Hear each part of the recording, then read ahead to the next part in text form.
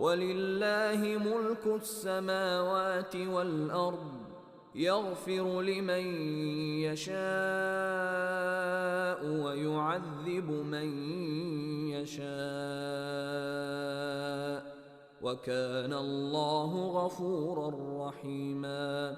سيقول المخلفون إذا انطلقتم إلى مغانم لتأخذوها ذرونا نتبعكم يريدون أن يبدلوا كلام الله قل لن تتبعونا كذلكم قال الله من قبل فسيقولون بل تحسدوننا بل كانوا لا يفقهون إلا قليلا. قل للمخلفين من الأعراب